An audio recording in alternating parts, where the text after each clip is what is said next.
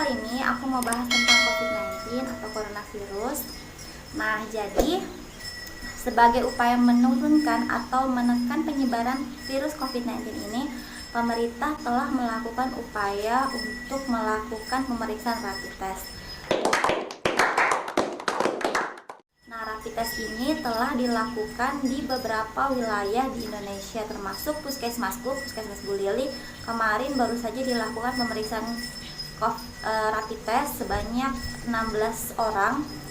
Nah, jadi bagi yang belum tahu, pemeriksaan rapid test itu apa sih? Itu adalah metode screening awal untuk mendeteksi antibodi, yaitu IgM dan IgG yang diproduksi di tubuh kita untuk melawan virus corona tersebut.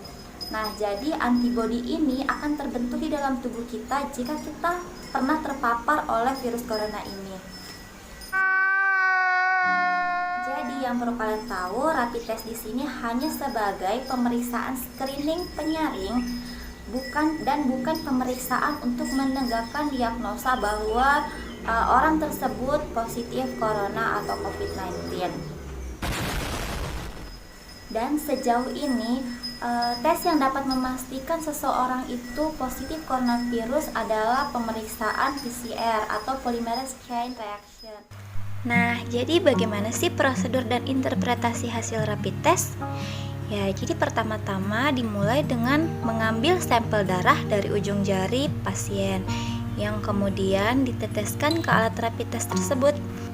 Selanjutnya, cairan untuk menandai antibodi akan diteteskan di tempat yang sama.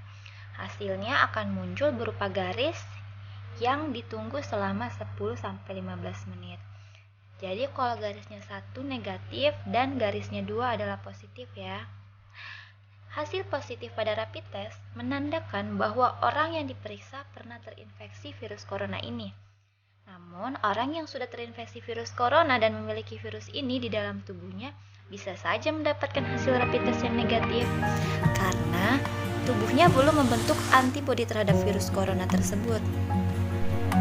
Jadi, jika hasilnya negatif, pemeriksaan rapid test ini perlu diulang sekali lagi 7-10 hari setelahnya.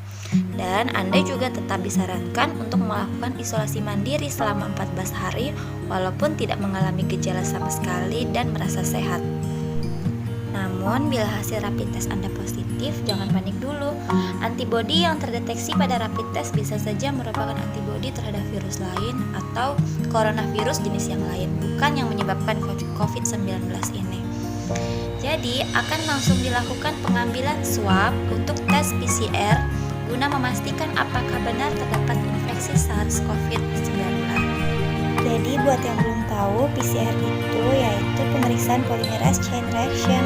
Pemeriksaan ini bisa mendeteksi langsung keberadaan virus corona, bukan melalui ada tidaknya antibodi terhadap virus ini. Dan selama menunggu hasil PCR ini, Anda harus menjalani isolasi mandiri di rumah paling tidak selama 14 hari. Dan selama isolasi, jangan bepergian dan kontak dengan orang lain yang tinggal serumah. Nah, tidak semua orang dapat melakukan rapid test karena keterbatasan alat dan biaya. Pemeriksaan rapid test ini tidak dilakukan serentak semuanya tapi bertahap. Dan sejauh ini pemeriksaan rapid test dilakukan dengan memilih kriteria-kriteria. Nah, apa saja kriterianya? Yang pertama adalah orang dalam pengawasan. Apa itu orang dalam pengawasan?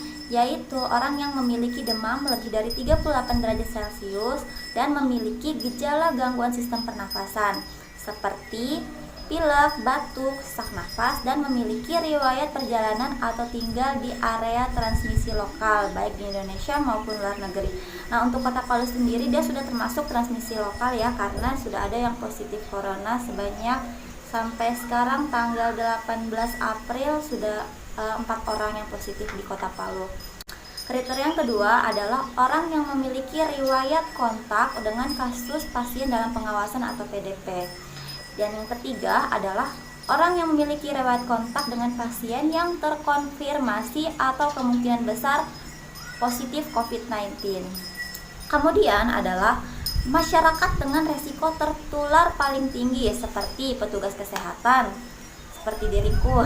Dan kemudian masyarakat yang bekerja di puskesmas atau klinik, serta masyarakat dengan profesi yang berinteraksi sosial tinggi seperti TNI, polisi, pejabat publik, ulama, petugas, bendahara, dan pedagang pasar.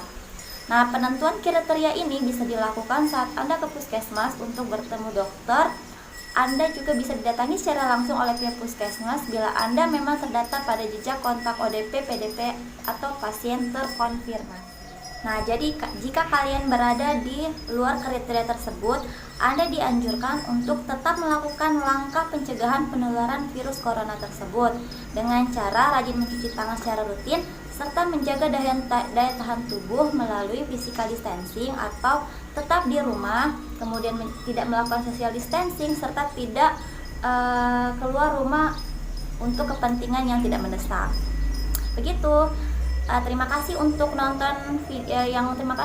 yang nonton video kali ini.